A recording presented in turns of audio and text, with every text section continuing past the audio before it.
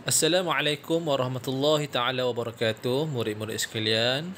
Baiklah, hari ini kita nak sambung lagi pelajaran kita pada minggu lepas, iaitu berkaitan dengan sihir. Okey, berkaitan dengan sihir. Okey, sihir ialah sesuatu yang perbuatan yang tidak baik yang dilarang oleh agama Islam.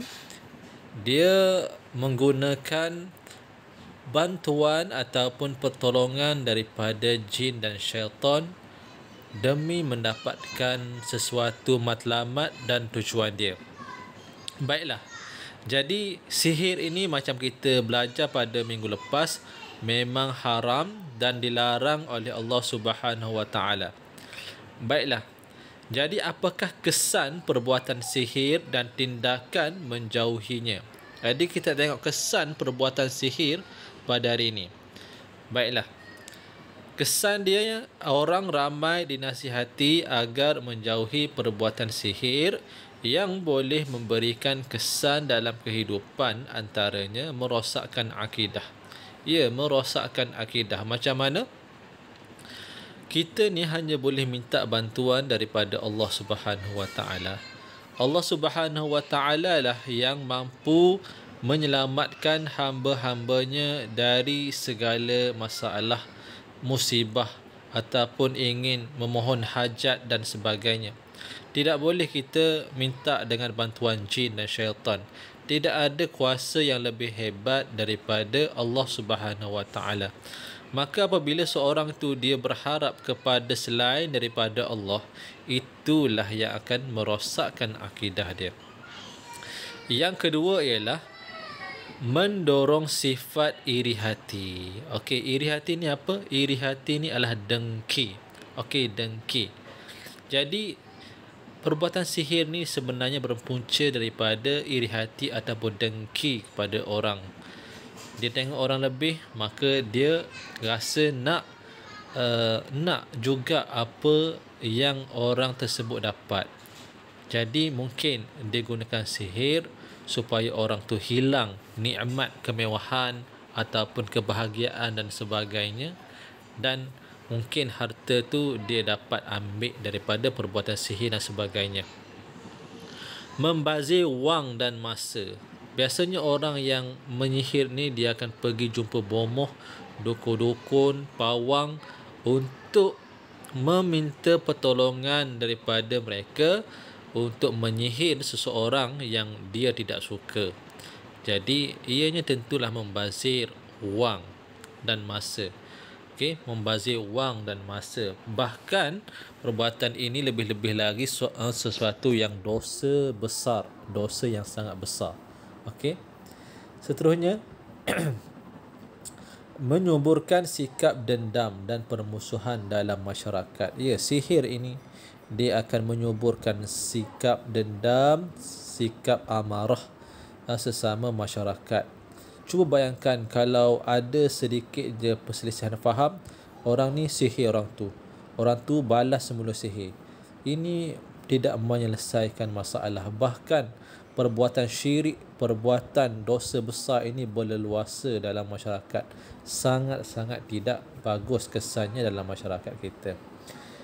Seterusnya dimurkai Allah Subhanahu Wa Taala. Tentunya perbuatan sihir ini dimurkai oleh Allah. Sangat dimurkai oleh Allah. Bahkan siapa yang membuat sihir ini, dianya berdosa besar. Okey. Malas berusaha. Okey, malas berusaha. Biasanya orang yang suka sihir orang ni, dia malas nak berusaha untuk mendapatkan sesuatu itu. Tapi dia menggunakan sihir untuk mendapatkan tujuan dia. Nak dapat harta dengan sihir, nak dapat isteri dengan sihir, nak dapat kebahagiaan dengan sihir. Ini semua merupakan sesuatu yang tidak baik. Seseorang itu kalau dia nak sesuatu, Allah izinkan untuk berusaha, boleh berusaha. Tidak kisahlah berusaha dengan bekerja keras ataupun berdoa. Kedua-duanya perlu. Okey. Hati resah gelisah. Okey, hati akan resah gelisah.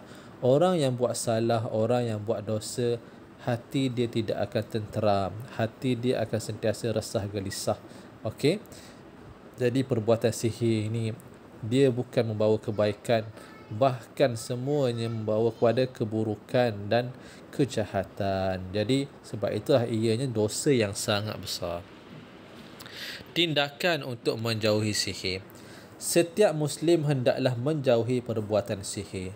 Antara langkah yang boleh diambil termasuklah mendalami ilmu agama. Ya, kena dalami ilmu agama. Kena tahu bahawa sihir ini dilarang oleh agama Islam.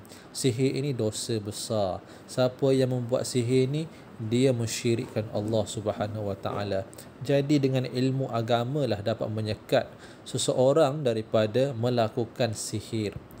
Seterusnya, mengamalkan Islam dalam kehidupan. Ya, tak cukup dengan belajar, mesti amalkan Islam dalam kehidupan. Macam kita belajar ni lah, kita dah tahu bahawa sihir itu haram, maka kita kena jauhi sihir. Itulah kita katakan mengamalkan Islam. Berusaha dengan gigih untuk mencapai sesuatu. Jadi kalau kita nak sesuatu, nak harta, kita nak kebahagiaan, kita kena usaha. Kita kena usaha. Tak boleh dengan cara singkat minta pertolongan dengan jin dan syaitan. Itu sangat-sangat tidak baik dan dilarang oleh agama Islam. Membanyakkan berdoa, memohon perlindungan daripada tipu daya syaitan. Jadi kita ni terdedah dengan tipu daya syaitan. Okay, jin dan syaitan ini dia memang suka menipu manusia. Jadi kadang-kadang dia menawarkan ataupun dia membisikkan sesuatu dekat hati kita supaya sihir seseorang untuk mendapatkan kebahagiaan dan sebagainya. Jadi perkara-perkara ini kita nak lindungi macam mana? Kita boleh minta pertolongan dengan berdoa kepada Allah supaya dijauhi oleh godaan-godaan syaitan dan iblis ini. Kita boleh juga amalkan ayat-ayat kursi, okey, 3 kul dan sebagainya bagi menjauhi godaan-godaan jin dan syaitan ini, insya-Allah. Kita hendaklah menjauhi perbuatan sihir kerana sihir boleh merosakkan akidah dan menyebabkan berlakunya permusuhan dalam masyarakat. Ya, memang perlu dijauhi kerana sihir ini tidak membawa manfaat pun dalam hidup bermasyarakat. Jadi itu sahaja murid-murid. Ustaz harap apa yang kita belajar kita dapat amalkan dalam kehidupan kita. Insya-Allah jauhi sihir. Semoga kita pun diselamatkan daripada sihir, insya-Allah. Okey murid-murid. Jadi kerjanya ialah Ustaz nak kamu salin semula soalan-soalan ini dalam buku tulis dan kamu jawab.